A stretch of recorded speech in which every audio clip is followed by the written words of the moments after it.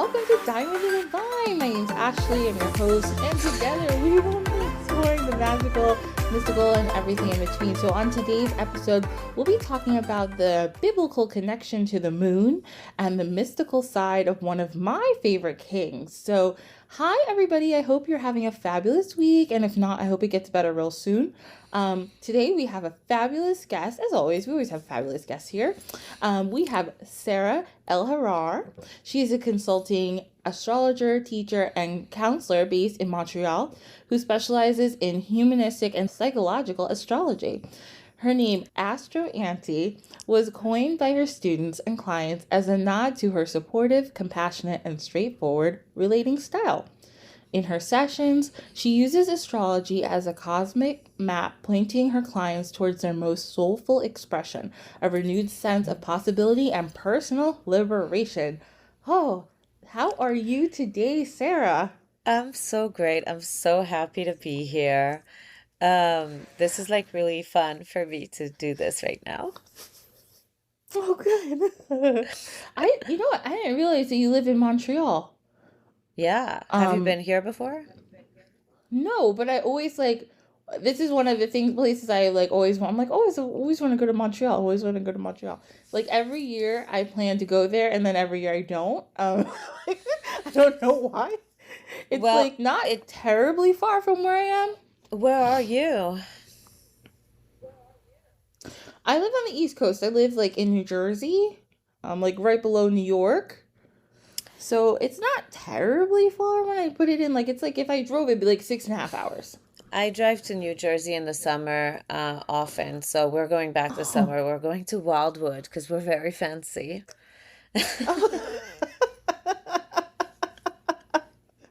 Yes, Wildwood.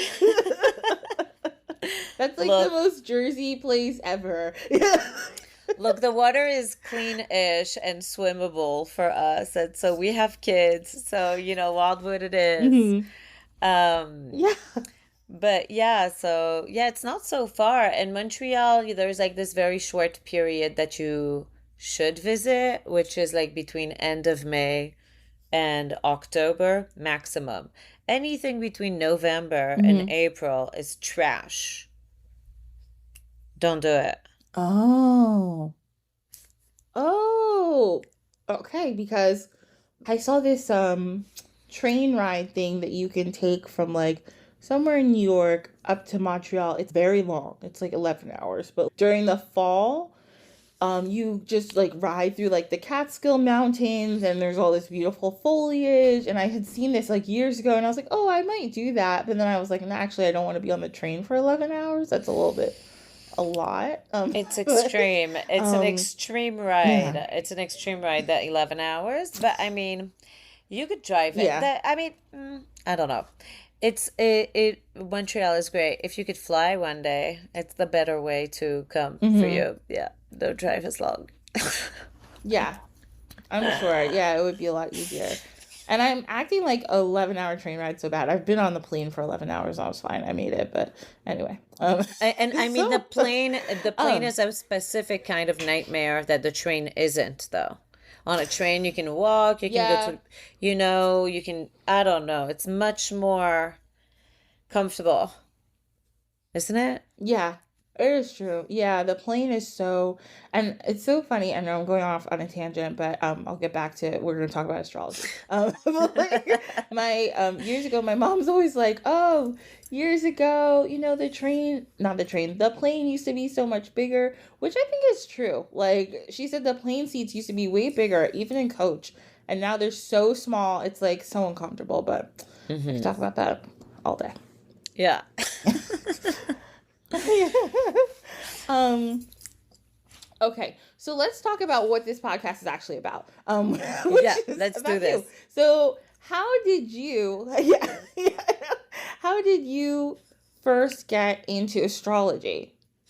So, I was thinking about this last time because I think that there's no real time period because my mom was into astrology and my dad was into some mystic stuff also. And so it was always around. My mom wasn't active astrologer like I am. But she was, she had an astrologer. So I always knew that there was such a thing Mm-hmm. as having an astrologer. Like it's not foreign language in my mind, you know? Mm-hmm. And so Yeah. gradually, like I was more and more interested over the years, literally like more and more and more and more and more and more. At some point, I had my first like real reading from an astrologer when I was 20, and something really clicked. And so from then, I started Mm-hmm. studying more seriously. And at some point, I feel like when you're studying astrology, there's a moment where it just goes down to the deep end and you're like boom and it goes really Mm-hmm. deep really far, and so by that Mm-hmm. time nobody can get saved. It's done. You're in the whole of astrology. You're done. You're staying here forever. Oh my gosh. That is so funny. So I've said in previous episodes, like I'm really, really terrible with astrology because it's I know astrology is a spiritual science, I guess you could say that, but it's really, to me, it's a science because it's very detailed and very like complicated with different, you know, houses and different things. And there's different types of astrology. Like I know there's like Vedic astrology, I think is slightly different than your, I don't know what you would call the kind of astrology most people know in the West, but like it's Western, a little literally. different. Okay. Yeah, so there's so many different ways to look at things. Well, one thing I want to ask you, okay, in with that, do you find that different systems of astrology generally end up being the same? That's really interesting. I don't think so necessarily. I think Mm, that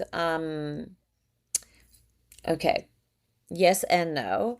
Vedic and okay. Vedic astrology, what changes really is the signs. They don't read the sky the same way tropical astrology does. So in tropical astrology, really, it's not so much about the position of the stars as it is about the seasons on Earth. So astrology, tropical Oh. astrology that Westerners use for the most part is going to be based on season. So spring starts with Aries and spring starts on March 20th. Period. March 20th, Mm-hmm. that's the day. And it's the day spring starts and it's the day Aries start. And then same thing on June 20th, 21st starts summer.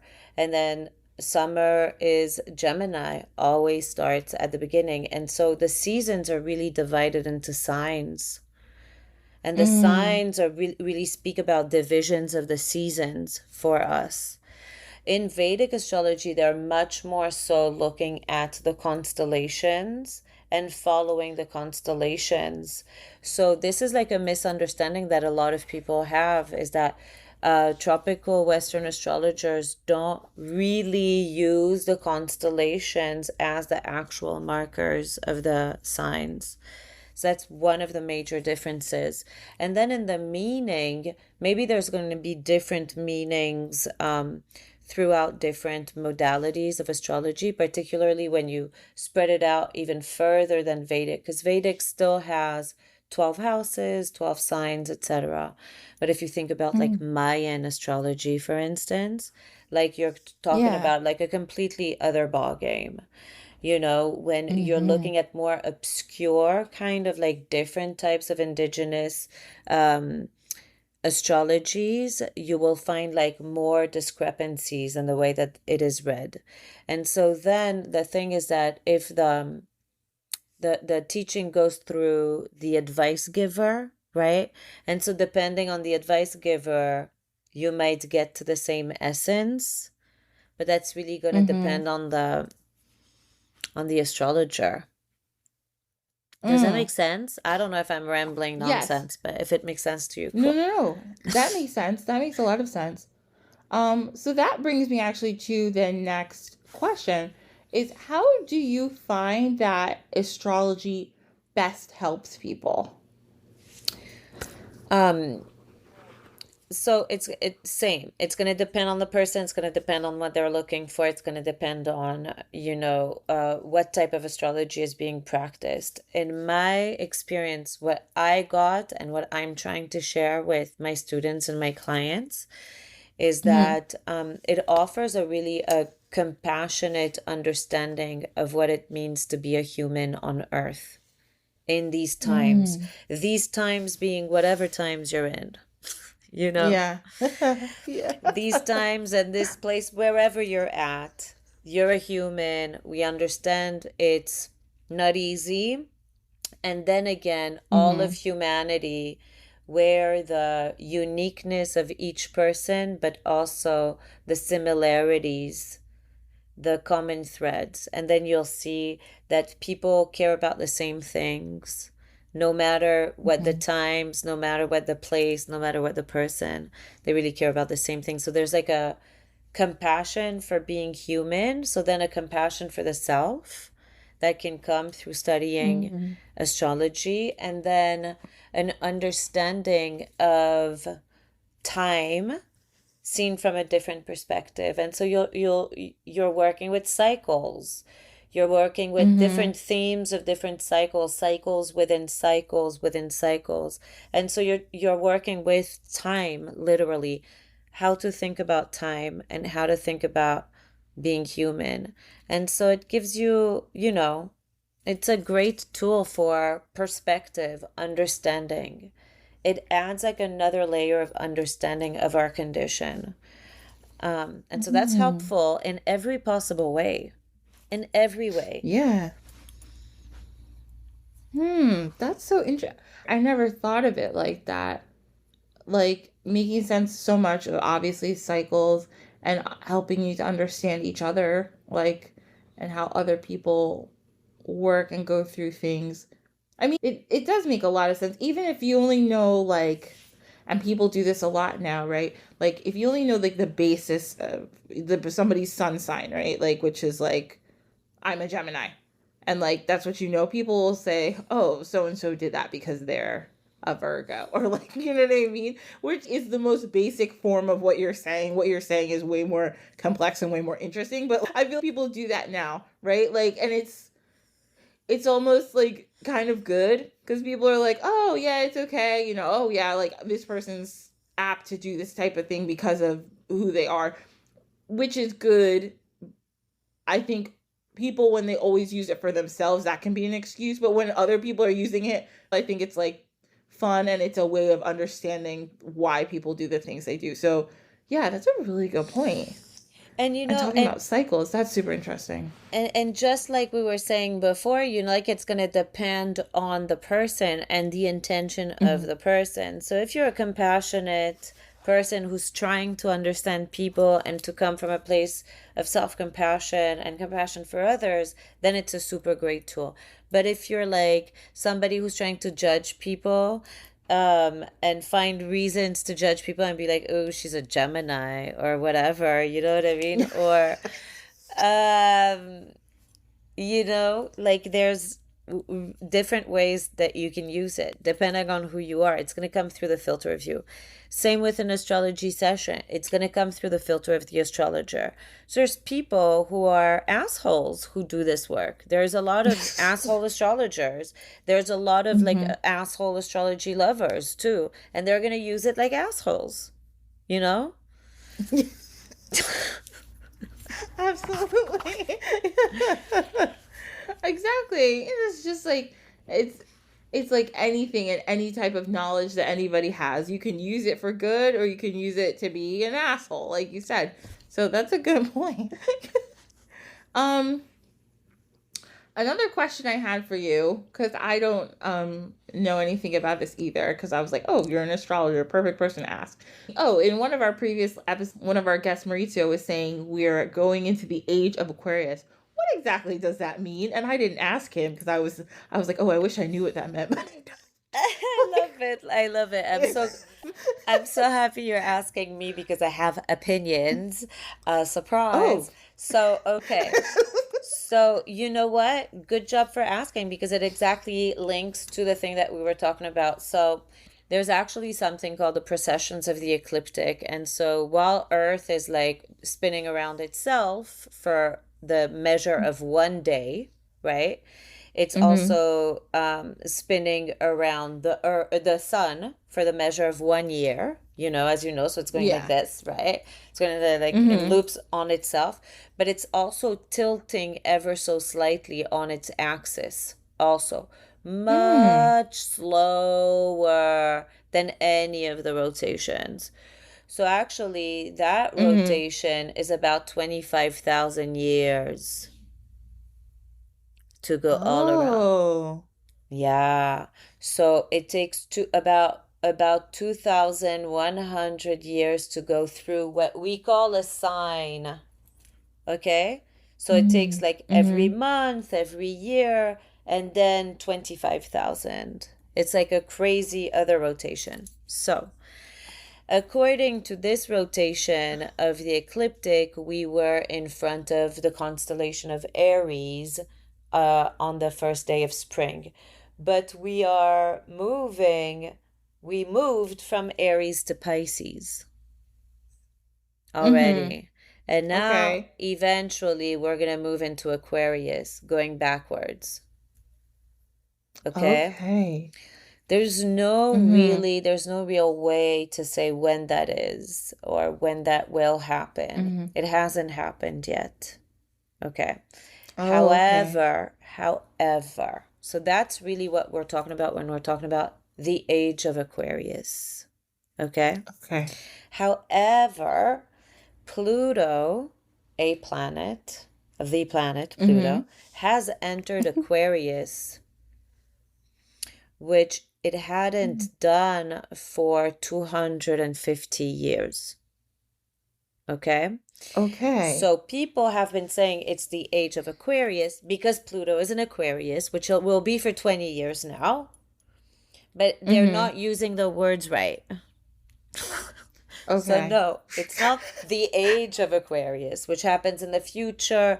And people like, so the predictions go that in the age of Aquarius, we will all be free and live the utopia that we all dream to live.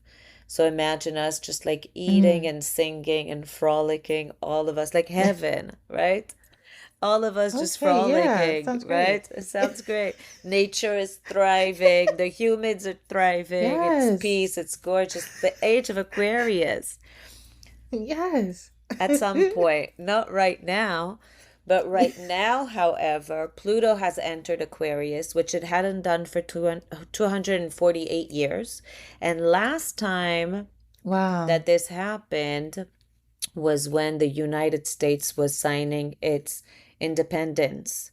So it's really the Oh. Pluto birthday, Pluto return of America. Oh. So America is the only girl we know who is 248 years old. We don't know anybody else. No other country has an older Yeah. constitution. She's the oldest. And so she's the only one we know Mm-hmm. to get a Pluto return. And so Pluto return can be you reap what you sow. This is what it means. Oh. America, Makes sense. maybe you should be reaping what you sowed. And so, okay, so your Mm-hmm. friend was using Age of Aquarius, not exactly precisely, but so that's what we're talking about when we're saying Mm-hmm. the Aquarius talk right now. This is it. Oh, wow. Gosh, this is okay. Part of the reason I do this podcast because I learn so much every single time from people, and I just love it. It's so interesting. I never knew about the world tilting like that. And then that, like the different planets, obviously. Oh, that's so cool. And then the different planets, like you said, the different planets enter different ages because they spin at different rates. So then that's a whole Exactly. thing too. Geez, you must have to know a lot. Look, like I told you, you know a little bit, and if you look very close, boom, you fall, and then it's a hole. Careful. I know. Yeah, I know, because I'm thinking, like, man, so every single planet, the age is going to be different depending on the planet because their days and their years are completely different. I was like, geez, okay. You're It's touching on just it. This is crazy. astrology, Ashley. This is exactly what it is. So, for instance, Saturn is every 29 years. So everybody at Mm-hmm. 29 years old gets their Saturn return. And that's a special moment. Yeah. And so for every planet, there's cycles and cycles. The moon, as you know, is 28 and a half days. Mm-hmm. So Yeah. just like women are 28 and a half days as well. So it's Mm-hmm. all like, ooh, cycles within cycles within cycles. How are we growing together with these planets? Mm-hmm. Wow. Man, this is crazy. This is so cool.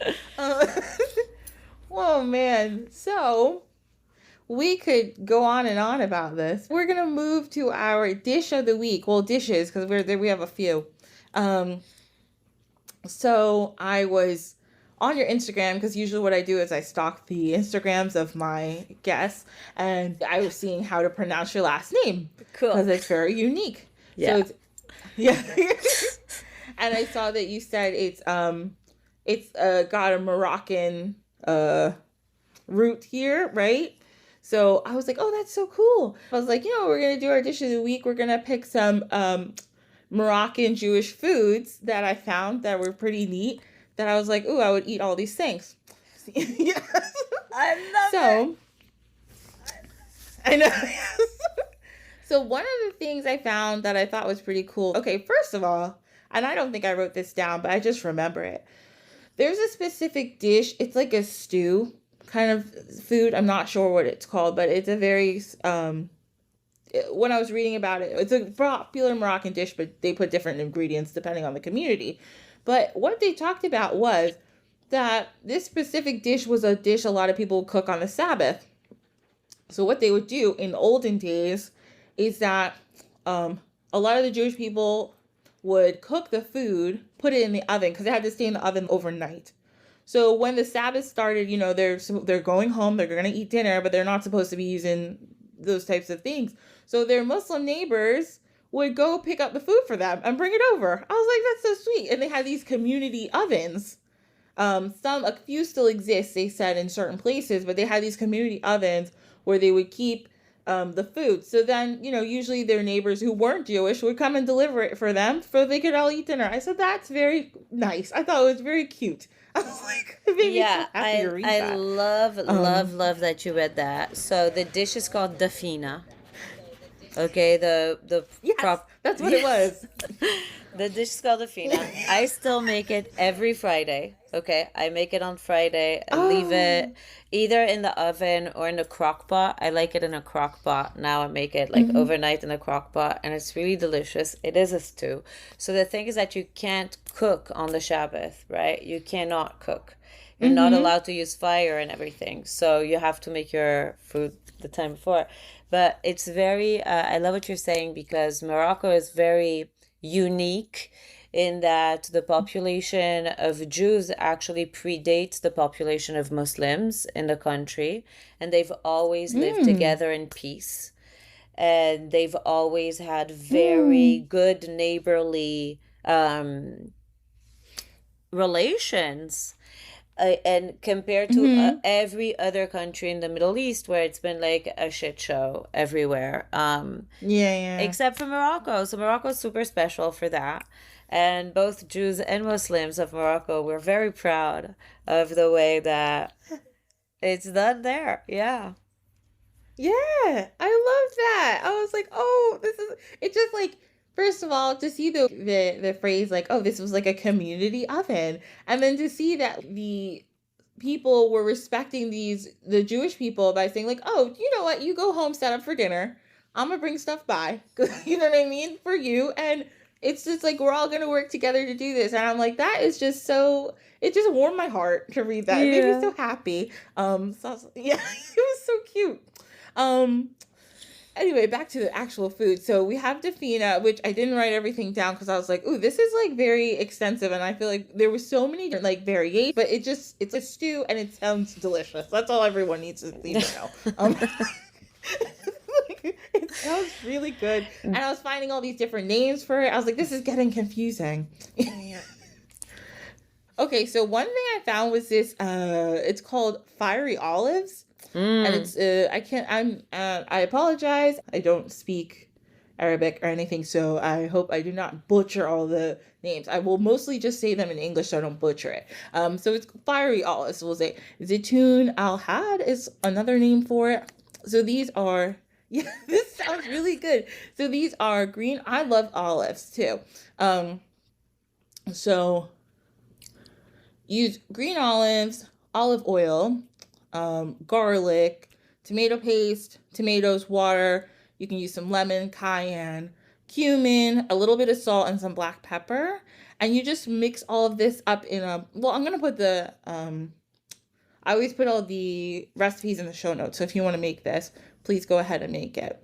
It's so yummy. I Were you gonna can't say even something? tell you. Oh yeah, I love these olives, all the olive salads, even olive chicken, like all the olives I love. So what's interesting about Mm. all of these, so this is considered like a salad. It's like a side, but it's very Mm. Spanish in its essence. You know how like Spanish people eat tapas? And they have like all of that Yes. little entrees that they have to before they serve the food. So this is like this. It's like something that you'll put on the table while you're waiting for the big meal, or like a side, like a little side Mm. salad type of thing. So yummy. I'm like It sounds, salivating. I'm definitely going to make that.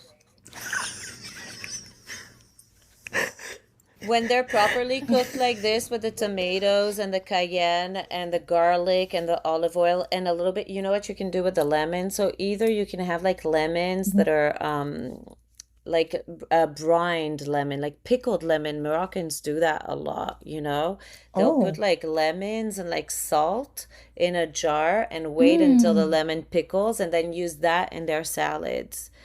So that salad Mm. is made with like pickled lemon, but if you don't pickle your lemon because you're not a psycho Moroccan lady, what you're gonna do is you could you could grate the rind of the lemon like you do like in a cake, to add that real like lemon twist. So while you're cooking your Yeah. olives, you could like grate a little bit of the lemon peel.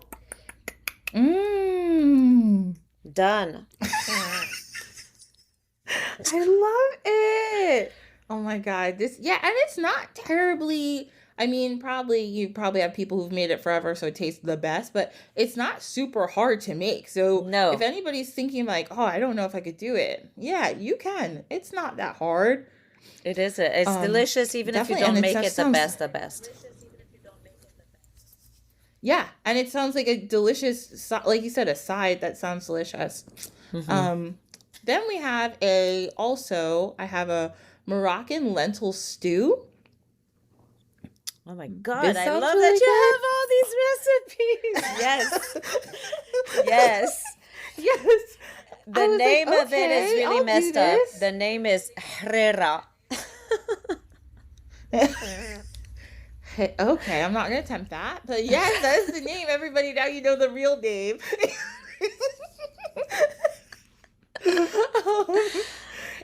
um, there's a lot of different. Okay, first of all, there's a lot of delicious.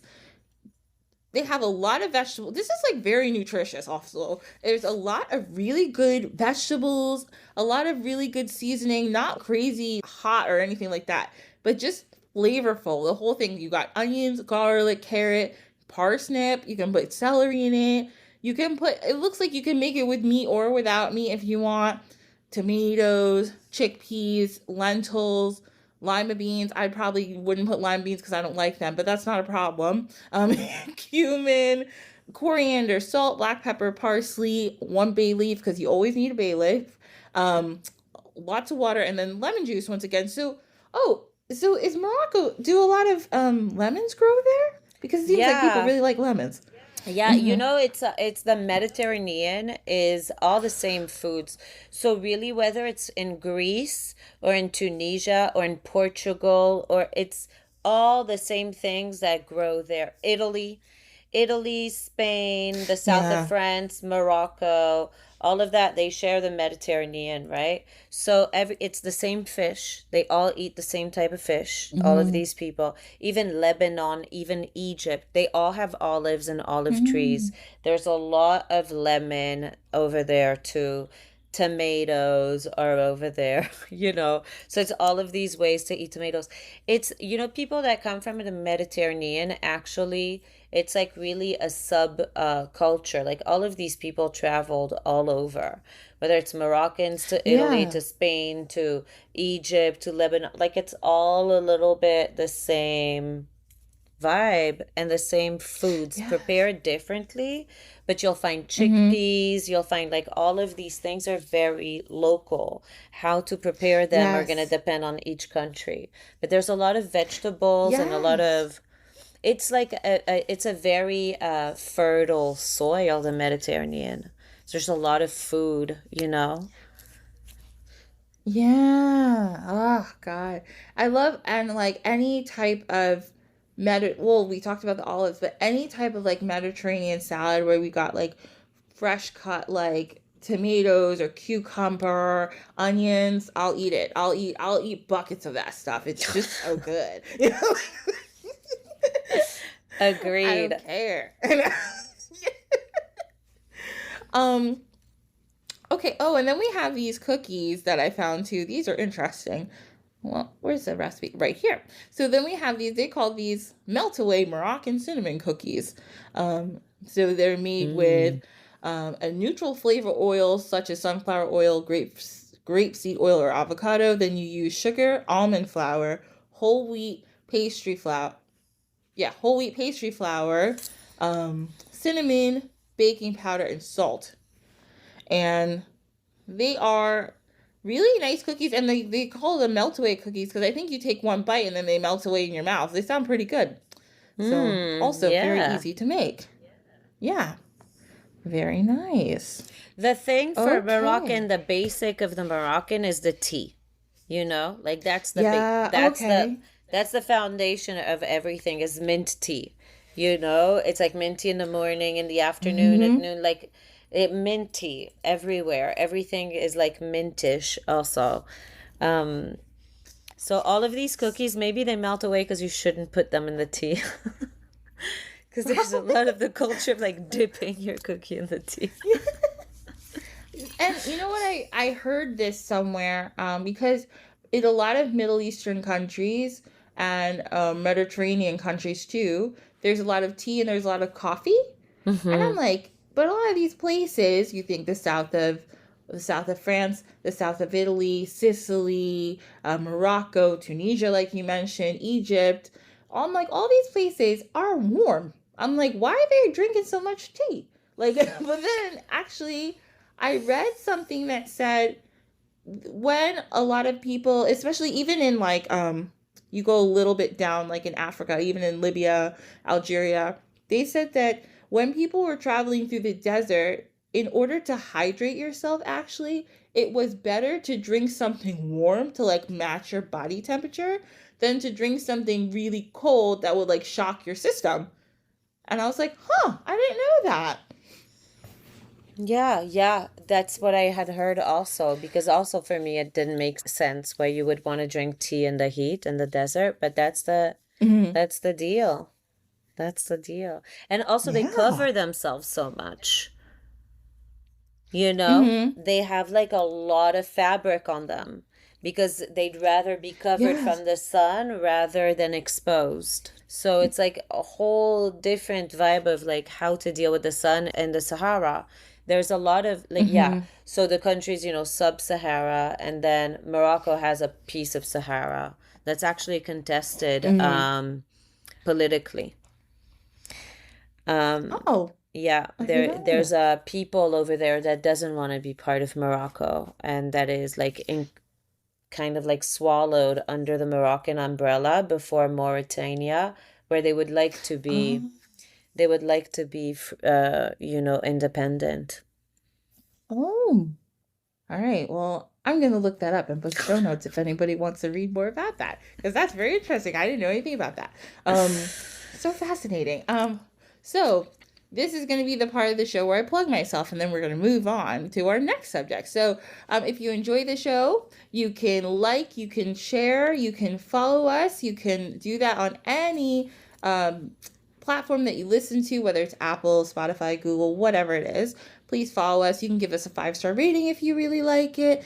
You can also follow me on Instagram as at Dine with the Divine, or follow me on Facebook, Dine with the Divine, or TikTok, which I don't know how to use yet, but I'm figuring it out.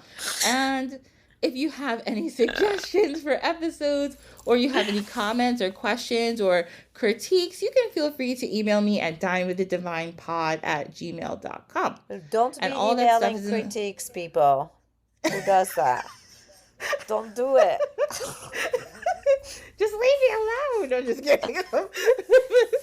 You can anything you want. I mean, just don't be mean to me, because we don't need that. Just be cool, and I'm more than happy to talk to anybody about anything.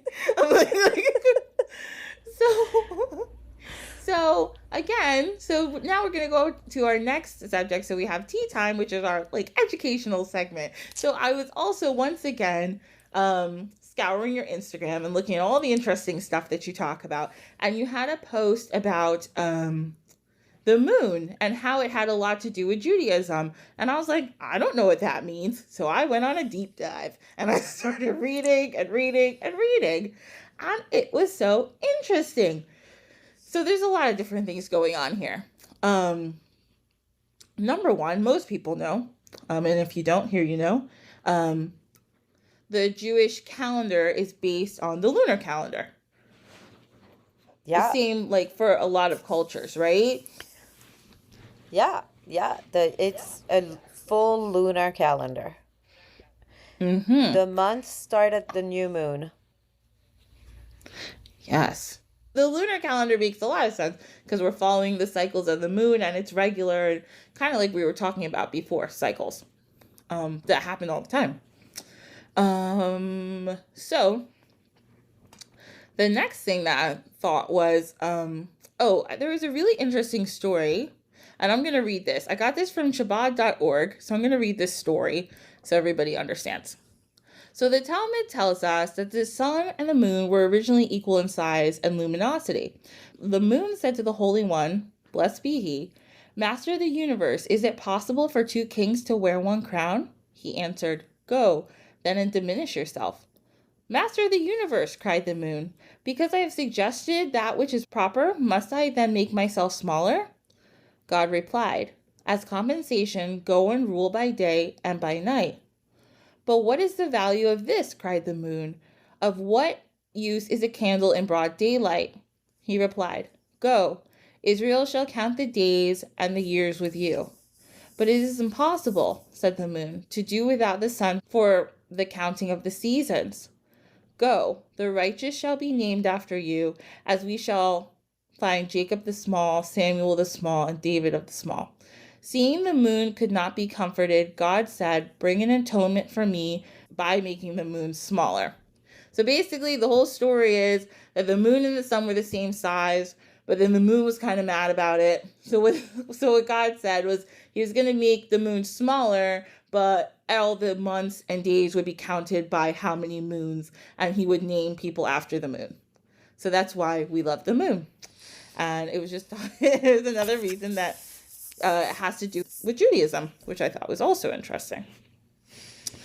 So also, according to some Jewish scholars, they say that the moon waxes and wanes just like Jewish people. Again, I'm going to read from this website because it's really good. For the first 15 days of the month, the moon grows from silver to a shining disk. In the same way, throughout the 15 generations, from Abraham to Solomon, the Jewish people grew from a shining, brilliant iconoclast to a powerful nation with a holy temple. From there, things got progressively dimmed until 15 generations later, our light had disappeared with the defeat of King Zedekah. I pardon, I'm not saying that right, but sorry about that. But like the moon, our stories do not end in darkness, for when the moon is completely hidden, we know that there's light that's once again going to burst forth. I love that. So it's just saying how the moon waxes and wanes, so does the people of Judea and the Israelites. I like that. And what's the other one that I really love? At the end, I'll tell you the big thing that I love. Okay, so there's a whole celebration. It's not something that people do all the time now, but there is a sanctification of the moon. It's called Kadosh Lavana. Yep. And it was, yes, it's performed once a month. Not, and it said, when I was reading about it, they said people used to do it a lot more. Now it's kind of just something that people know of. But people used to kind of make this a big thing. So in certain, say it was a certain town where most of the town was Jewish, they used to have this celebration where people, and there's even pictures you can find with paintings, where a lot of the men in the town would go to like the town square and they would say specific prayers. And I also have a link to the prayer that they would say. It's really, really, really beautiful. And they said like you should only say it at this time. That's why I wasn't going to read it. But it's really, really beautiful prayer. And it was people go outside at night and they would say these prayers and do this ritual and say a selection of psalms. And then they would have dancing. I was like, this is so cool. Right? Yes. I love that. I was like, oh, that's another thing. Everything that I read for this episode made me so happy. I was like, oh, that makes me so happy. People just dancing and having fun in the moon. Oh, another one we have here is that moonlight is for Torah study. The Talmud records the study habits of several rabbis. Some preferred to get a good night's sleep to learn with gusto during the day, while others saw merit in utilizing the quiet nighttime hours for Torah study. Rinesh Lakesh, a night owl, want to say the moon was only created for studying by light. So a lot of rabbis found that studying the Torah at night really helped them understand it better, which I thought was really neat. And oh, we already talked about that. Okay, so these are some ways that the moon is associated with Judaism and a lot of things that I thought were really interesting that I'd never thought about. Yeah. It's fascinating. I love that. And like I think that for a lot of cultures, they incorporate the moon as part of their beliefs. What I thought was really pretty is when you were speaking about the moon being smaller than the sun. And then I was wondering, like, how did people know that the sun was actually bigger than the moon? When looking from my vantage point, without math and without being told, the moon looks bigger. Yeah. It's true. And like The you can't sun see is it. like a dot. It's very bright, I know that, but it's like a little dot. And the moon gets to be like really big in the sky. Yes. And the sun, because of the rays of the sun, you can't actually like see the outline of the sun too well, but the Yeah. moon is there. Like you see, and you just, so one thing that like people will say, like, there's so many different theories of why religion exists or why people spirituality is like, oh, because people back then they were getting murdered by stuff all the time, animals, and they needed something. I'm like, no, because there were so many interesting things in the world and nobody understood it. So they were like, well, it must be some mystical force doing this, because why is there this giant thing in the sky like every day that just like comes out at night and they noticed that every 28 days that it's like this. And like you said, they didn't have calculators, they didn't have the internet, they couldn't figure it out, but they somehow were able to do so much learning that they were able to find out, oh, yeah, okay, it looks like the moon actually is smaller. And it's probably because when it's in this position, it's like this, and it's probably this far away. Like, ancient people were super, super smart. Super, super smart. And so, like you said earlier, that astrology is like, oh, it seems super complicated. So, but for nowadays, it's not that complicated because a computer does all the calculations, right? Mm-hmm. But at some point in history, and so when the ancient Greeks and when the ancient Jews and the ancient Indians, Vedic people were designing these systems, they knew how to count the cycles of planets. They knew how to predict the positions of the stars. They knew the distance between the stars. And so uh, uh, Jewish astrology is really old, and they can account for the cycles of Mercury, Jupiter, Mars, Venus. Like everything was already counted in these days. They could like just spend, I don't know, a lifetime in front of the sky calculating stuff.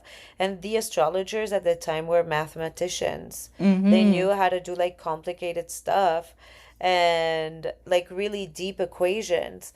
And so there was no separation in the olden days between an astrologer and a scientist. For them, it was one and the same. That was Yes. science. That which became later like, no, pseudoscience, like that's not a science now. The Mm-hmm. astronomers would scoff and be like, oh, never, we don't know them. Who? Astrology, who? Never heard of them. But real talk, the astrologers, the ancient I was a Yeah, scientist. yeah. Hey, you may have still been an astrologer in your past life too. We don't know, so Yeah, but knowing my problems that I have with math, like I'm really bad. It's really mm, bad. I suck at science. it's okay. Well, you're helping people with your astrology, so you don't suck at science. So you're doing Exactly. I'm great. the I'm a Yeah, scientist, basically. exactly, Give me a exactly. white coat. Oh gosh. Oh, and the last thing I am to say is that there is a holiday called Rosh Chodesh. Am I saying that right? I hope so. Chodesh. Oh, Uh, Rosh Chodesh. oh, Chodesh. oh God, it sounds so good when you say it. I love when you say it. Rosh Chodesh, which is the new moon, right? So every new moon is Yes, Rosh Chodesh. It's the head of the yes, month, the start of the month. Yeah, yeah. yes. It is a minor Jewish holiday, they said, but it is a celebration and it is a holiday. So, like you said, it's the new moon, and I love that we're celebrating and getting ready for a new cycle.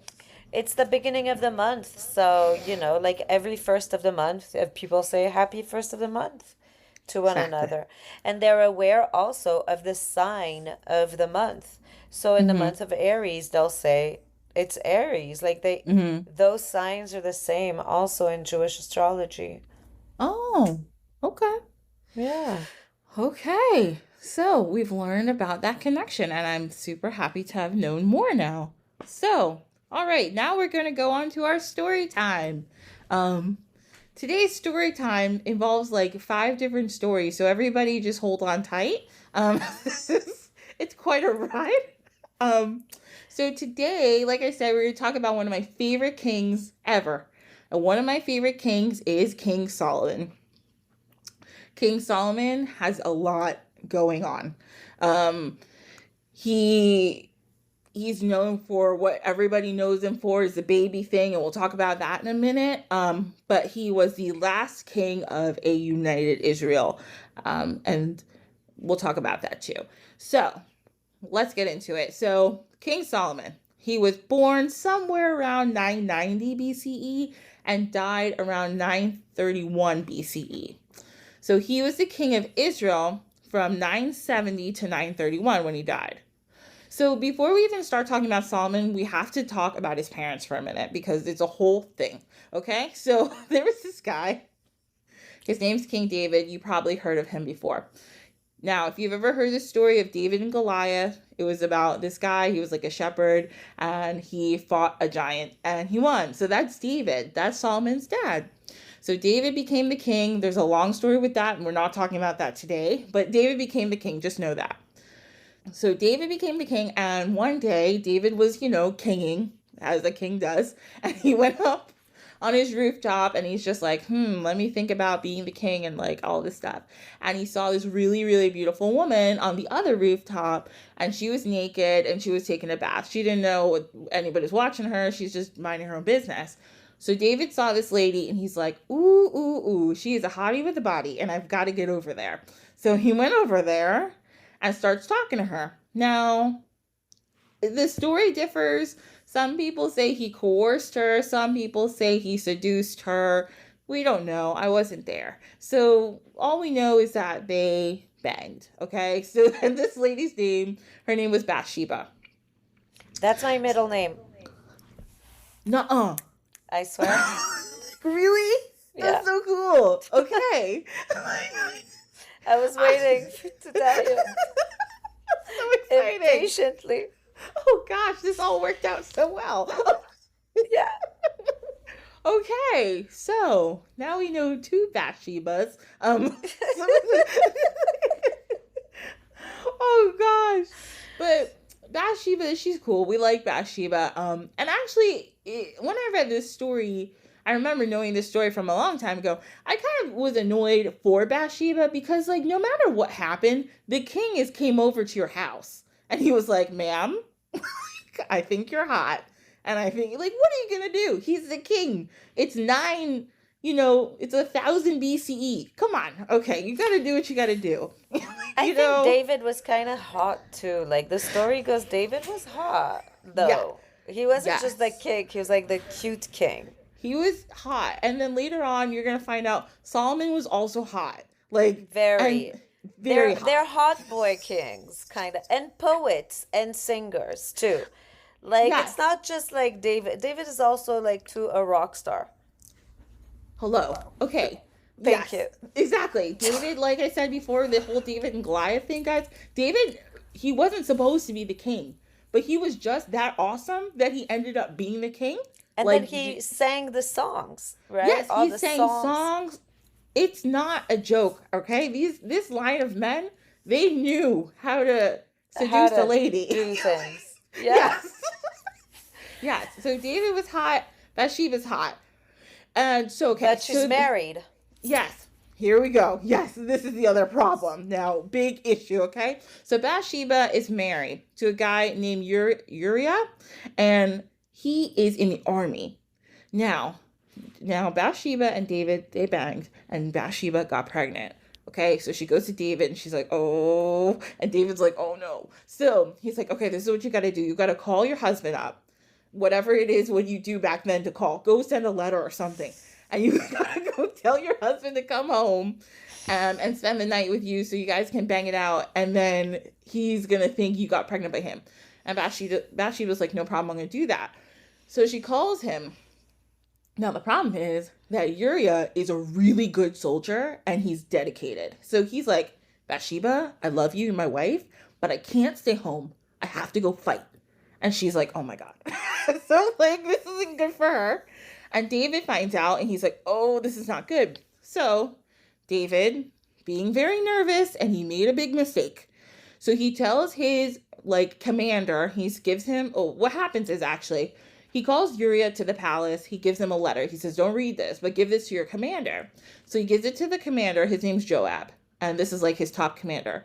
Gives it to him. And in the letter, it tells Joab to put Uriah in the front lines of the battle. Because he knows that if Uriah is in the front line, he'll die quick. So this sucks. And this is a big mistake on David's part.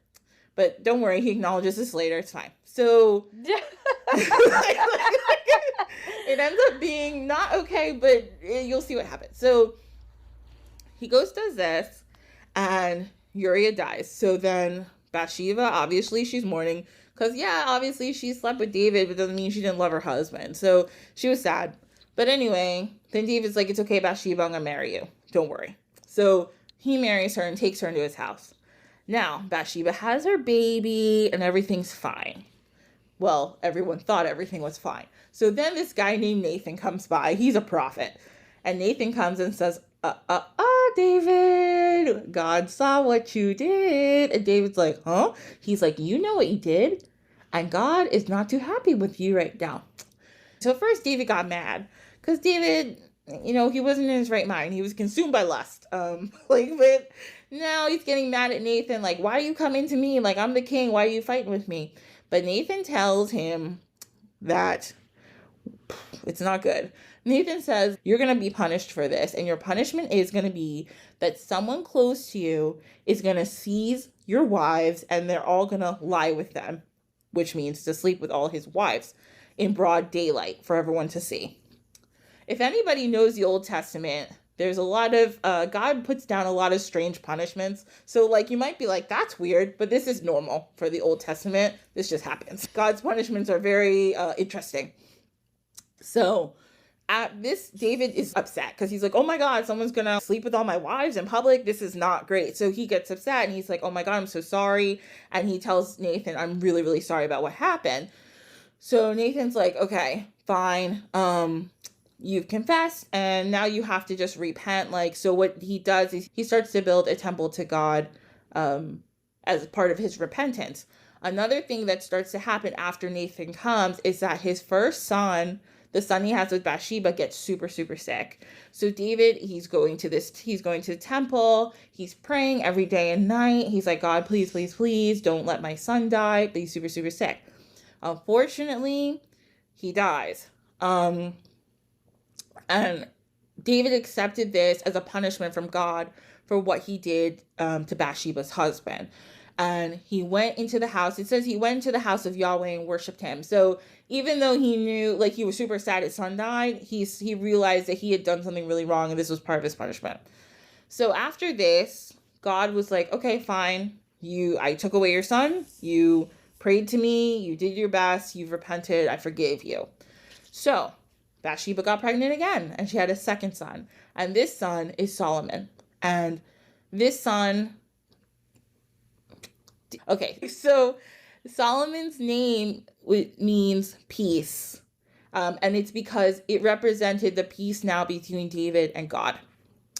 So I thought that was interesting. So David got older, and his oldest son, Absalom, his oldest son Absalom was like, I should be the king. And David was old and he was getting kind of sick. It says in the Bible that he had this cold that he couldn't stop being cold. They even brought like other women to like try to lay with him to make him warm, and it didn't work. I guess that was their solution. Instead of using blankets, they're like, bring good looking women. But he didn't get warm, so it wasn't great. After this, so Absalom was like, oh, I'm supposed to be king. And David's like, okay, fine, whatever. I'm sick. Like, I'm dying. I can't deal with this right now. But then Bathsheba and Nathan came again and they were like, David, don't forget the promise you made to God. Now, it doesn't say anywhere in the Bible what he actually said or what the promise was, but it obviously had something to do with making Solomon king. So David was like, sorry about the Absalom. Solomon has to be king. So Absalom was super pissed, but whatever. That's what we're going to do. And just for your own knowledge, later on, a different one of his sons, Adonijah,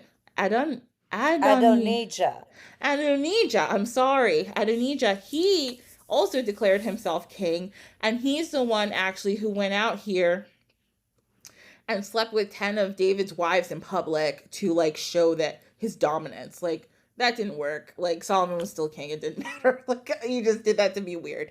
So we're not going to talk about them anymore. So now we're on to Solomon. With his, like, sister moms or whatever. Yeah, you know, I know. It's like, it's your father's wives. Like, that. Yeah, those are like your stepmoms. Like, that's creepy, but whatever. He didn't end up being king, so it doesn't matter.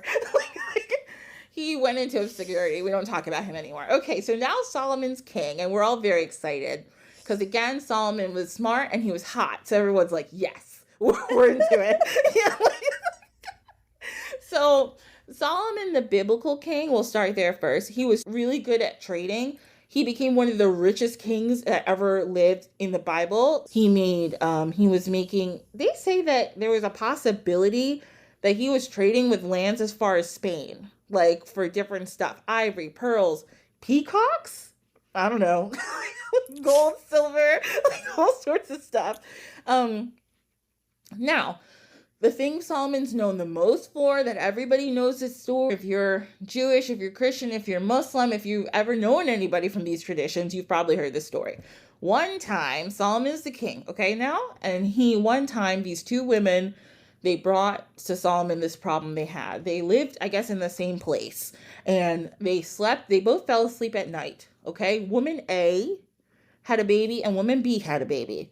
Woman A fell asleep and so did woman B. Woman A woke up and her baby was dead. She had rolled over on the baby. So she went and took woman B's baby and switched the babies. So when woman B woke up, she was like, oh my God, my baby's dead. And then she looked at the baby and she's like, that's not my baby. And she looked at woman A and she said, woman A, that's my baby. And the woman A said, absolutely not. This is my baby. And she's like, well, we must go to the king because there's no DNA test because it's the year like 950 BCE. So they go to King Solomon. And what does he say? He says, okay, this is what we're going to do. We'll just cut the baby in half since nobody can get along. And the one woman, woman B, who it really was her baby, she says, absolutely not. Let her take the baby then, because I'd rather her take the baby than anybody hurt my baby. And Solomon knew from that moment that it was woman B's baby, because the other lady was like, okay. Who agrees to this? But the original woman was freaking out, so we knew it was her baby. So that's the big story that everybody knows of Solomon and his wisdom. Now, the other thing you might not know is how Solomon got his wisdom. So Solomon, he made a big sacrifice to God. I don't know exactly what the sacrifice was, but he made a giant sacrifice. And he fell asleep one night, and in the dream, God appeared to him and asked Solomon what he wanted. And he said, Solomon being such a good dude, he said he wanted the wisdom to guide his people. That was why he wanted wisdom, not just for himself, so he could be a good king. So God guaranteed him all the wisdom in the world, basically. So he was the wisest person in the world. Now, he also constructed the first official temple, which his dad had started, to God. And it's a big, big, big, beautiful temple that was destroyed in a couple wars. But it was the first official temple. So we love him for that. Now, also, Solomon, like we said before, he was hot. And he was a ladies' man, okay? He had mad wives. He had 700 wives and 300 concubines. And when I was reading, they said that first of all, he married a lot of foreign women, which people didn't do back then. It wasn't a thing. You didn't marry foreign women. They said that Solomon loved every woman that he married. And they said he was a lover boy. That he met women. He's like, he was in love with every single woman. That's what he said. Except the Pharaoh's daughter. They never tell the name of the Pharaoh's daughter, but he said that was the only one he didn't love. He just married her for a political alliance so that he wouldn't have trouble with Egypt. Who knows? But that's what they said about Solomon. Solomon himself claimed that he loved all women. There is a text called the Song of Solomon, which is also just like a love poem about how, number one, how much Solomon loves women, about how he just wants to be with ladies all day and all night. And so if you think about it, that's the wisest man that ever lived, right? And so is there wisdom in that? That every time he would meet a girl, be like, I love you. I love you, right? Maybe that's what happens when you're so wise. That you understand everything. Then you see every woman and you fall in love. Duh. These fools nowadays don't know. They don't know. But Solomon, he could love every woman. Yeah. And he probably saw, because like you're saying, he was so wise, he probably saw something in every woman that he loved about them. Except the Pharaoh's daughter, though. Except Pharaoh's daughter. He's like, she's fine, but I don't love her. Yeah. These other 1,000 women, I love them. But her, no, she's just a friend. I know, they just hang out sometimes, but he's like, I don't really like her like that, but she's all right. I'm nice to her. Maybe she wasn't nice. Maybe he was like, yeah, I'm too wise for that. You're not gonna. Yeah, maybe who knows? She could have been a little bitchy. Who knows? We don't like her. But he did. He loved women from everywhere. And so the only one, it's a big no-no for Jews to be with non-Jews. That's rule number one of Jews, But who else was Moses as well? Moses, he went out and fell in love with a lady that wasn't of the tribe. So Wise does as wise will do. Yeah. I mean, look, there's hot ladies everywhere, okay? In your community and outside. Solomon knew that. He was like, these beautiful women Yeah. He's like, I'm so everywhere. into it. And so in one of the very famous stories of a beautiful woman that he fell in love with was well, we don't know the whole thing, but this is what they say. The Queen of Sheba. So he met the Queen of Sheba. I think she went to Israel. Yeah, I think she traveled there, I believe. Yeah. And because she heard about how wise this guy was, and she probably heard about how hot he was. And she's like, I want to meet this guy. Okay, here's the thing, too. He was wise, he was hot, and he was rich. Like, what's the problem? Like, this is great. And he was in direct communication with God. So if you had like, your boy also had a temple and could, like, talk to God and get shit I'm done. saying, he could And talk. he was a rock star because those poems, I'm telling you, the daddy and the son, they were, like, musical, too. So it's like, forget it. Yes. Done. There was no bad thing about this guy. Like, So the Queen of Sheba, and he who just wanted to herself was, be- like, so hot, right? The Queen of Sheba was, like, Oh, super hot. So they're like, super hot. shit. Yes. Exactly. Exactly. And that's what happened. So they met. And apparently part of this story too is that they were talking and he was like, damn, you're smart. And she's like, damn, you're smart. And then they banged apparently. So they banged. A lot, too. And a lot. And so they said the Queen of Sheba, so Solomon's like, stay here with me. And you can be one of my wives, no problem. I have 700 others. They all get along. It's not an issue. And she was like, no, I gotta go home. Like, I gotta go, like, see my people. So she went home. And then from there, so where she was from is, like, the area, it was, like, a bunch of different countries that exist today. So it was part of Eritrea, Ethiopia, a little bit of Sudan, they say. So they say that the line of kings now from Ethiopia descend from the Queen of Sheba. And the baby she made was Solomon, because she was pregnant. That's what they say. And they descend that line all the way down to the last king of Ethiopia, who is Haile Selassie, who is highly regarded as the, quote, Lion of Judah, which is the central figure in Rastafarianism. So if anybody listens to, Bob Marley especially, or other Rastafarian music, they talk a lot about the Lion of Judah. They're talking about Haile Selassie, and they call him the Lion of Judah because he's related to King Solomon. So that's what they say. And there are a lot of Ethiopian Jews. So Ethiopian Jews are, like, Yes. one of the many nations where there's, like, a strong Jewish culture. And yeah, Yes. there's a lot of Jews in Ethiopia and a lot of Ethiopian Jews who are all the descendants of King Solomon. No big deal. Yes. No, No big deal. You know? And so the overlap between Rastafarianism and Judaism is there. There's definitely a Venn diagram where they meet in that. Yes. Even, like, Rastafarianisms have, like, a special diet that they follow, which, if you read it, is basically like a kosher diet.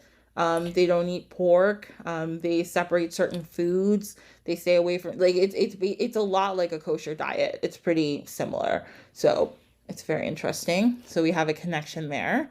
The other thing I wanted to say related to Rastafarianism before I move away from it is Solomon, they say, was an herbalist because he was so smart. He knew all about these different herbs. So a lot of people in Rastafarianism, it's known for people smoking marijuana, but they also said that this was, like, the herb of Solomon, and this is what helped make Solomon wise. But Solomon may have just known about it because he was so smart. Who knows what he did with it, but that's something that they do and something that they say. And they found cannabis at the temple. They found cannabis in the altars of the temple and the remnants of the temple, in the hostels of the temple. There is cannabis as part of, like, the burning herbs too. Yeah. So yes, the priests were stoners. Yeah. It makes sense, right? Like, it's bringing you to a higher consciousness. 100%. Oh, yes. Okay, so now we get to magical Solomon. So like I said, in like the medieval times, there were a lot of texts came up where people started interpreting different things from the Bible, especially like magicians. And they found, and this is what they said, is that Solomon was like the king of being a high magician. Like he understood, because he was so wise, all these things about magic, about alchemy, things that like nobody else understood, and God granted him all these gifts. One of the big things that Solomon got from angels, that it is said he received 4 magical stones from angels. 1 enabled him to talk to animals. 2 enabled him to move heaven and earth wherever he wanted them, I guess. 3 gave him dominion over angels. And 4, he was able to bind and command demons, which is crazy, but you'll see how this actually works out for him. So part of this story was that he built this temple, and he built a lot of different things. He didn't just build a temple. He was like an architectural genius, this guy. He built all sorts of stuff. He built this throne that supposedly moved. I don't know, but it's very interesting. You can read about it. He built multiple buildings because he wanted his city to be beautiful and he wanted people to benefit for it, and he was trying to honor God. One thing that he did do that in the end they say God kind of got mad about was, because he had all these wives, and we touched on this before, he let all of his wives practice their own religions because they were foreign, most of them. He didn't have a problem with that. At the end, they say that he got a little too into their stuff, and God kind of got pissed off about that. But but My he God was is very jealous. yes, yeah, yes, exactly. But he let all his wives practice the religion of wherever they were from. So this was unheard of. Like you said, it was also unheard of for him to marry all these foreign ladies. So that happened. So he built all these different temples for them and their gods. So Solomon also had a lot of riches. One thing, he also had a ring. All of those stones that I just talked about, he put in a ring, kind of like Thanos. Like he literally had a ring, and it had a special symbol, which is like the Star of David, and it was made of brass and iron, and it had the ineffable name of the Creator. So, the name that nobody's supposed to say because nobody's really supposed to be able to say it. He could speak to spirits, animals, and they say demons. Now, demons is interchangeable because now we have to look at the context. The context was medieval Christian Europe. So they said demons. But before that, they said jinn. They didn't say demons, and jinn are different than demons. We could go on. We're going to probably have a whole podcast where we talk about jinn, but that's not today. So I'm going to give you this quick thing. So jinn are magical. Jinn, the anglicized name of jinn is genie. Okay, this is these magical creatures. Mostly this is like a folklore from the Middle Eastern countries, Northern Africa. And these are spirits. There's different levels to it, just like angels, different levels of jinn, different types. They're not necessarily evil. They can be like fine and they can be nasty, but they're more just kind of like spirits that are just there. They're also called spirits of the smokeless fire, which I think is really interesting. But in a lot of different countries, they have folklore that involves jinn. Jinn is the same thing like in Aladdin, that kind of jinn. And actually, there's a connection to Aladdin in this too, that story. So actually there is some folklore in Northern African countries, I read, that says you shouldn't leave food out at night because jinn could come and mess with your food. They're tricksters, so they're not necessarily good or bad, but if they are bad, they might poison your food or they might do some type of magic to your food, and that's not good for you. But apparently if you put a stick over the food and you say, this is the stick of Solomon, they can't come near it. Because that's how powerful Solomon was, and he controlled jinn. So all jinn are freaked out by hearing about Solomon. So he also, it says he controlled 72 different spirits. They call them demons, like I said. Some say they were jinn, but the Christian magicians call them demons. And they even have names of all of them, the Christian magicians. 72 is not a random number also, because there are 72 names of God. Oh, and there's 72 tarot cards. Listen, just saying. I know they're all. Oh, and I didn't even realize that. Wow. 72 names of God. Yeah. 72 names of God. Damn. For the Jews. So, Okay. and in Jewish stories, whenever there's a number of something, it's not a fluke. They just don't joke around with numbers. Yes. Every number is a code for another number that's a code for another number. The whole story is like very codified. So when you take, like, for instance, it will say like a piece of a story here, they will bring it back. There's a callback in another story. And they'd be like, remember how we said this about this guy? Well, now this about that guy. And it's all like intertwined, right? Yeah. Yes, it's so crazy. Oh my God, thank you for putting that. That's so interesting. So there's also, speaking of the demons, there's this one demon, and this is a quick story. So there's this one demon, I've copied this off of Wikipedia, and his name is Asmodeus. And actually, in next week's episode, talk about connections. The next week's episode, we're going to talk a little bit about Asmodeus too. He's going to come back up. Okay, so this is the story. He goes on to state to Solomon that Solomon asked him one day what could make demons more powerful over man. And Asmodeus asked to be freed, and then he would freed and given Solomon's ring so that he could demonstrate. Solomon agreed, but Asmodeus threw the ring into the sea, and it was swallowed by a fish. Damn. Asmodeus then swallowed the king and stood up fully with one wing touching heaven and the other earth and spat out Solomon to a distance of 400 miles. The rabbis claimed that this was divine punishment for Solomon having failed to follow the 3 divine commandments, and Solomon was forced to wander from city to city until he eventually arrived in an Ammonite city where he was forced to work in the king's kitchens. Solomon gained a chance to prepare a meal for the Ammonite king, which the king found so impressive that the previous cook was sacked and Solomon was put in his place. The king's daughter, Naamah, subsequently fell in love with Solomon, because duh, but the family, thinking Solomon was a commoner, disapproved. So the king decided to kill them both, oh no, by sending them into the desert. Solomon and the king's daughter wandered the desert until they reached a coastal city, where they bought a fish to eat, which just happened to be the one that had swallowed the magical ring. Damn, that was good luck. Solomon then was able to regain his throne and expel Asmodeus. So yeah, that's one story about Solomon. And so it's said also that Solomon, he controls all these demons, these jinn, but the only one he's afraid of is Asmodeus because he put him through hell. So he doesn't really like Asmodeus, and you don't want to hear his name. So when he wanted also to control these demons, he sealed them in vessels. One story says he sealed them in multiple vessels. One story says he sealed them in a vessel and threw them into the sea. Hence why some stories say that jinn are usually in a bottle, or like the genie in the bottle in Aladdin. It's because Solomon had put all these genies in bottles, and they kind of ended up all over the world.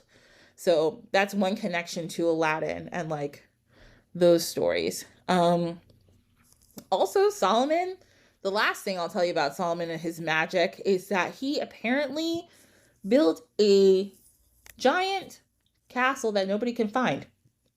And he's the only one who can enter it. And he had the demons build it. That was another thing too. They said that the demons actually were the one. He commanded the demons so well that he made them build all these architectural projects that he had, including the temple. They said he controlled them and he forced them to build all these things. And that's just how powerful he was. So, like I said, in the end, that God got kind of mad at Solomon for letting his wives build all these temples, and he was real busy commanding all the demons, and God was like, you're not worshiping me enough. So he got kind of irritated, and he told Solomon, I'm going to split your kingdom in two, and there will never be a united Israel ever again. So what happened was, after Solomon died, his son took over. And they weren't treating like the northern tribes very well. So they then ended up splitting into the kingdom of Judah and the kingdom of Israel. And then part of the kingdom of Israel, they were expelled from their lands, hence why they're called the lost tribes of Israel after that. And they said that was part of God's punishment to Solomon for what he had lacked to do, basically. But in the end, Solomon was a magician. He was an herbalist. He knew. Oh, he also built a beautiful bath in one of his palace in the temple. It's called a mikvah, which is like a ritual bath for Jewish people. I know that from reading Unorthodox. That's the only reason I knew how to pronounce that word. And it could heal anybody. It could heal their wounds. It could heal your spirit. It could heal any sickness, which was very cool. So that's some stuff about Solomon. I love Solomon. He sounds like an awesome guy. He was really just out here trying to do his best. I so have a next level of layer for you that you are going to adore, okay? I'm ready. So there's a word on the street. So these streets, like I would look for documentation on it, but just a quick Google search didn't bring much. But here's a rabbit hole for you to get into.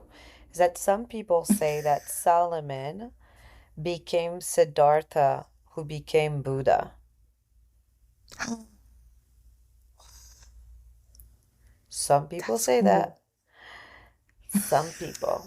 There are people who have said that the times coincide, the timeline coincide, the stories match. That does make sense. So I'm not saying that Solomon is Buddha. I'm just not saying that Solomon is not Buddha. Yes. I So love there's a that. story like this, right? Because he disappears. So then the temples are destroyed. And where is he? We don't know. There is no tomb. There is a tomb of David. You go to Yes. Jerusalem, there's a tomb of David right next to the old temple. There's no tomb for Solomon. We don't know. Where is he? Your dude Yeah. left. He left. And like you said, he had many wives from many cultures. And he was getting into some different types of shit.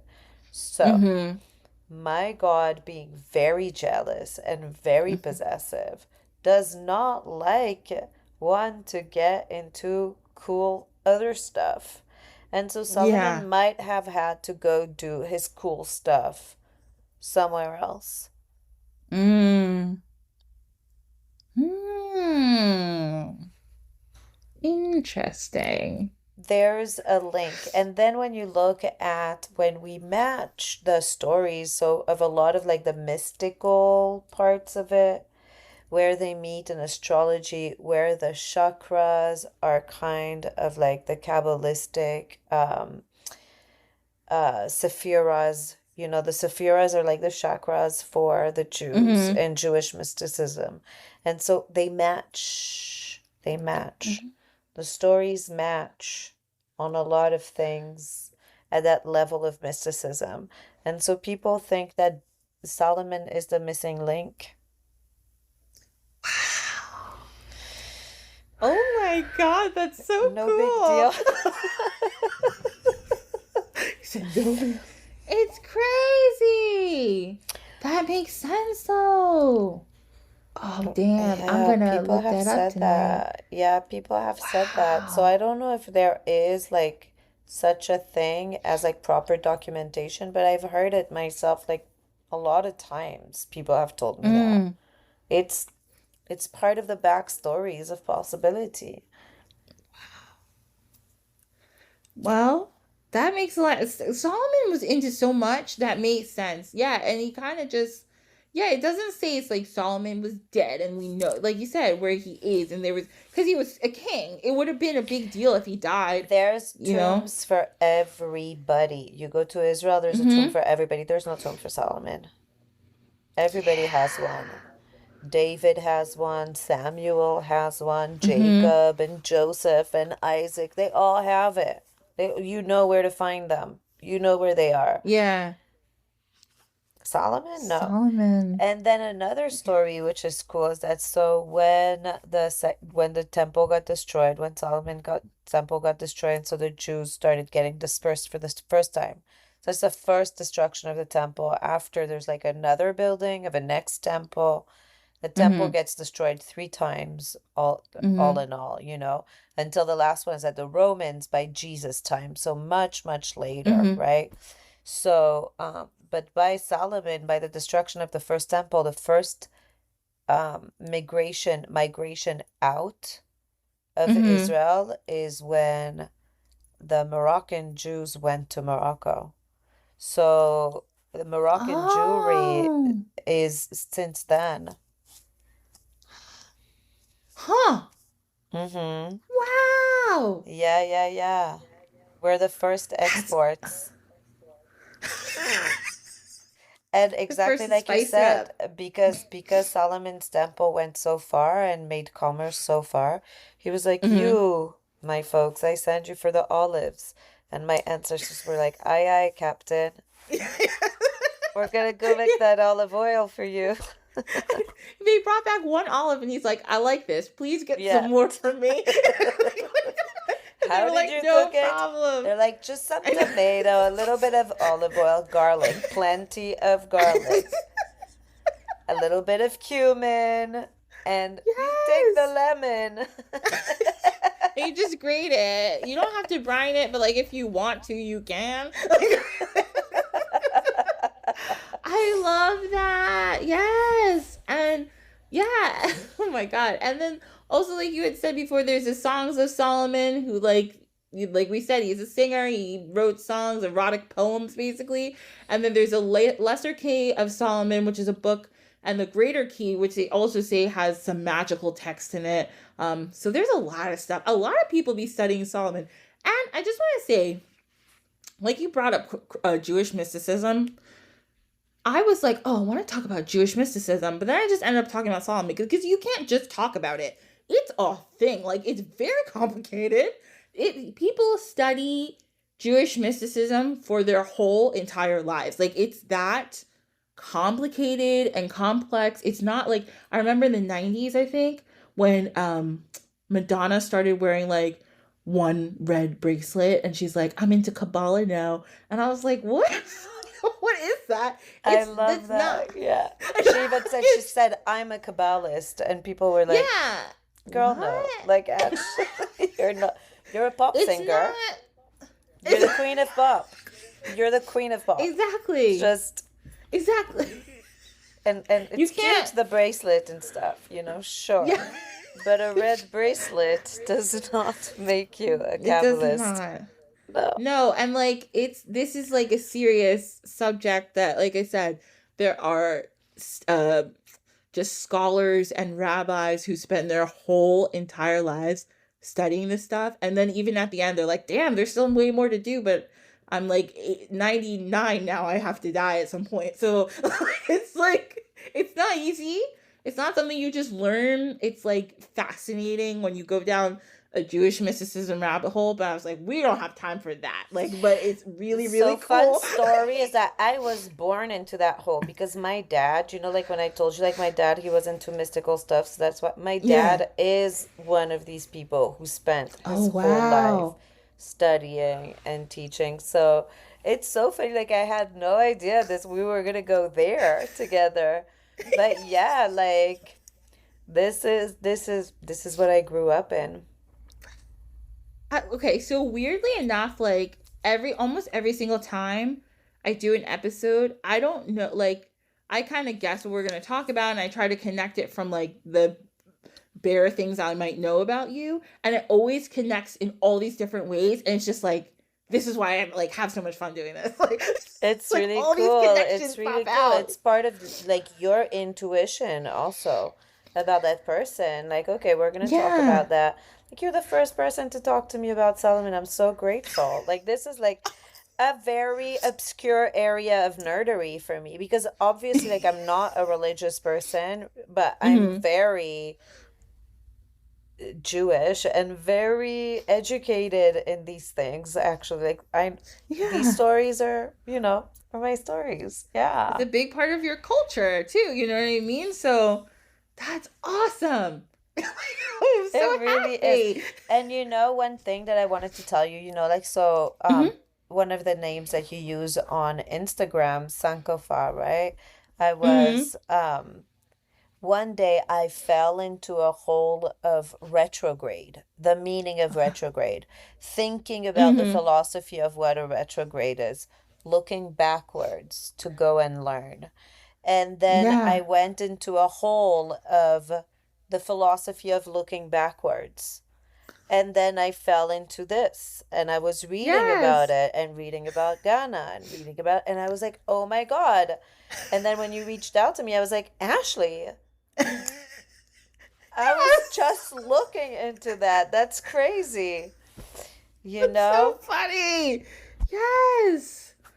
Oh my God. Yeah, it literally means go back and get it. So yeah, like Sarah's saying, Sankofa, which is like I tell you guys at the end of the show, it literally means to go return and get it, and it like philosophically means to always like never forget where you come from and your culture, because there's always going to be a connection to that. So, oh Damn, boy. wow. Yes.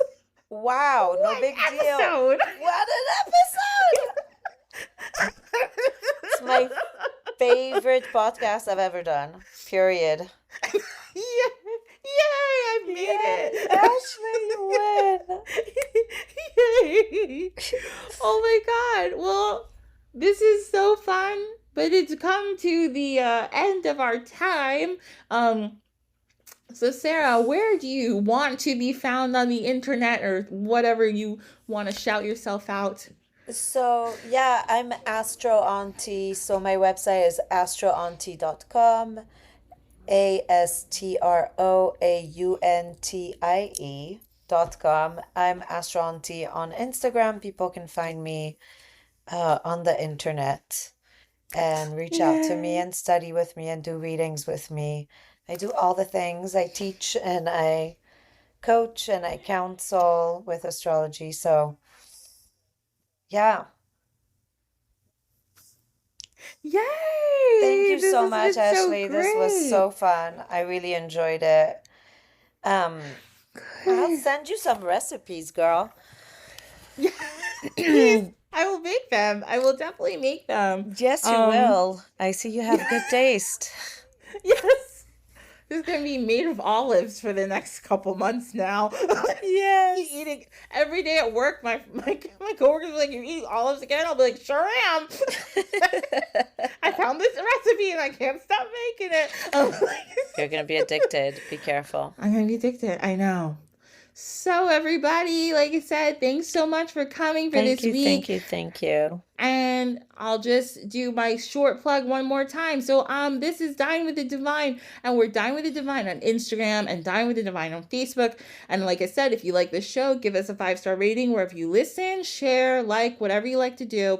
And feel free to email me at dinewiththedivinepod@gmail.com. And if you want to follow me, Ashley, I'm Sankofa HS, SANKOFAHS, and Sankofa Healing Sanctuary on Facebook. So thanks so much for being here, and I'll see you all Thank next you. week. Thank you, Sarah. Thank you so much, Ashley. This was the best. I loved it. Yay! Okay. Bye, everybody. Bye.